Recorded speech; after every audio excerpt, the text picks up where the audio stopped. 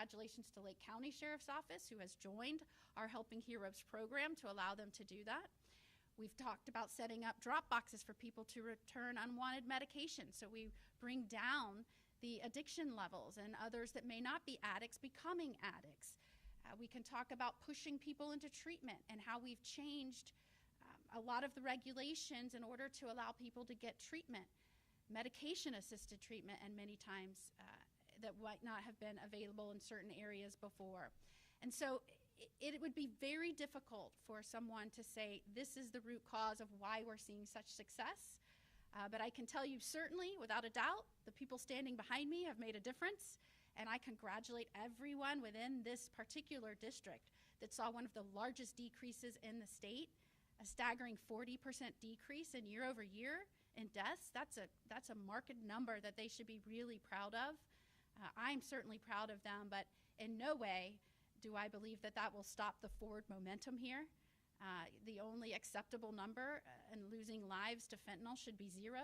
And I expect that you'll see the same type of passion and energy and proactive thinking coming out of Tallahassee and each of our communities that you've seen over the past few years. And I always want to make sure we are mindful that when we use the word crisis,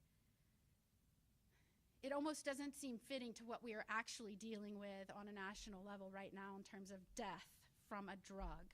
In the 80s, when Nancy Reagan talked about just say no, we were in a crisis and we were losing Americans to drugs. And so we came up with a campaign and we were very focused and we put a lot of effort into saving lives.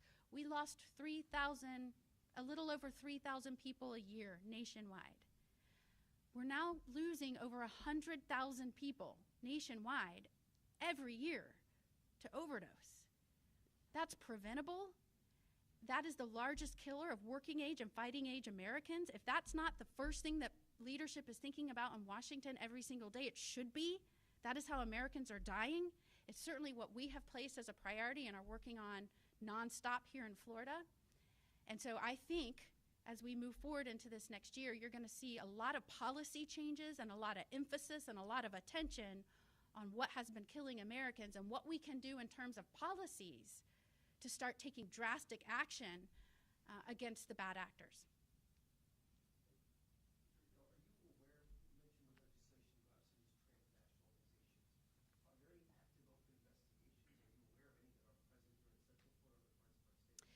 Yes, so the challenge in Florida is that we have been proactive in going after, as you know, we have been pushing back against those here committing crimes that are here illegally much more than many other states.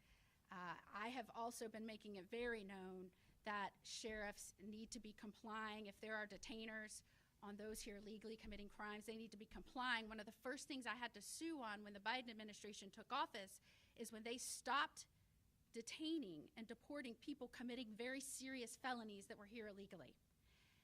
That was the kickoff to what has been a challenge over the last 4 years in pushing back in some of these incredibly lenient, if not completely decimated, policies that were to stem the tide of criminals seeking to do harm that are in this country illegally moving and taking root into our states.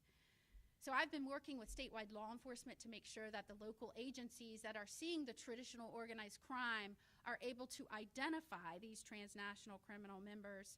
And what I think needs to happen statewide is you've got to make it harder in terms of penalties and give law enforcement the tools to go after for recruiting these others into these transnational gangs, and also making sure that your statutes aren't just identifying these gangs as we have historically by markings, tattoos, colors, bandanas, etc., that we can look to other resources like declaration of certain cartels or organizations being foreign terrorist organizations as a gang here in Florida that we can enhance penalties on. All of these things need to be looked at by the legislature. I'm certainly going to be a part of that and work with our statewide law enforcement officers to make sure that our laws complement and enable them to go after these very aggressively. And again, I'm not just doing it here in Florida. I'm encouraging all of my colleagues across the nation, other AGs, to look at their laws as well. As you know, we have a federal system of law enforcement, but each state also has its own independent interest in prosecuting crimes. And so the states have their own laws. They need to make sure that they give them the right tools to effectively address what is the new reality here in America, and that is the presence of transnational criminal organization members that have been allowed to come into this country. Any other questions? All right, thank you so much.